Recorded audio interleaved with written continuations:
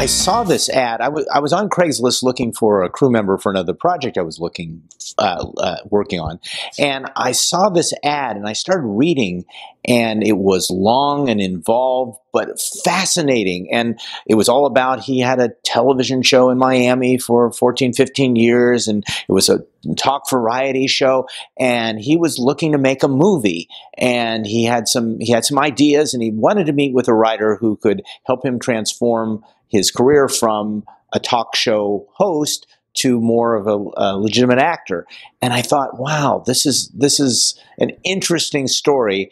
Just my curiosity got the better of me, and I thought, I got to meet this guy. And so I got in contact with him, and we met, and I immediately liked him. Fernando is such a charismatic, likable guy that you just want to be around him. So I thought, oh yeah, this could be good. And he actually had an idea for a film, and he told me a little bit about it, and just roughly. And I thought, well, that might be interesting. But I asked him, do you mind if I play around with some other ideas if I don't come up with something I just love about this one? And he said, fine. And what I really appreciated about that is a lot of people might be locked into, no, I want to do this. But he was open, and that really bodes well for a good creative partnership. So I went and I worked on his idea for a little while, and I wasn't loving what I was coming up with. So I started thinking, what else could I do? And I watched some of his shows on YouTube and became more familiar with him. And I thought, you know what? I could create a character that is a character that is just the opposite of his TV persona.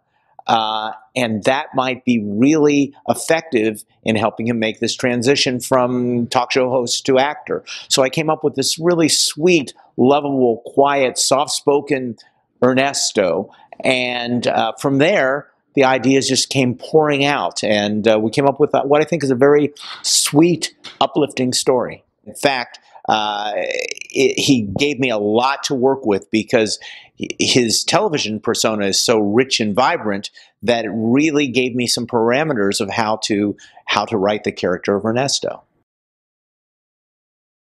Well, it's interesting. A lot of people think that a lot of directors think that really the toughest decisions are made in casting.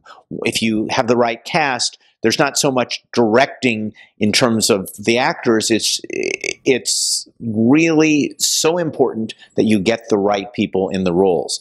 And our casting was no different than that. We went out, we saw a broad range of people, although I had very specific things in mind.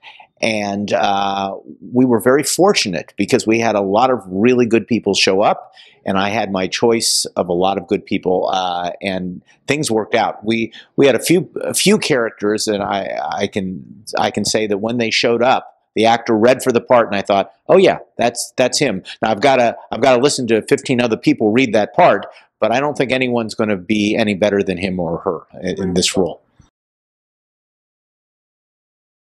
I chose somebody that I had worked with before, and a guy by the name of Andy Dean out of Memphis. And Andy is a wonderful DP. He's knowledgeable. He thinks very well on his feet, which is important when you're doing location shooting. And he just produces just a beautiful product. So I immediately thought of Andy when we started putting this together, and thankfully he was available. I think I learned the value of working with really, really good, upbeat people. I would have to say that of all the things I've ever worked on, we had just a wonderful spirit on the set. Everyone pulled together. Everyone seemed to really enjoy being there. And that makes all the difference in the world. That life is good, that even in the darkest of times, there's a light at the end of the tunnel, and that light is your future happiness. And in the moment, you sometimes can't see the possibility of moving forward or being happy again. But this film, I think, provides an opportunity for you to be uplifted in Ernesto's story, but see the potential of being uplifted in your own life. Well, it's currently in a few select theaters here in Los Angeles. They can see it at the Regency plant in Van Nuys, or the one in the Regency Commerce in Commerce.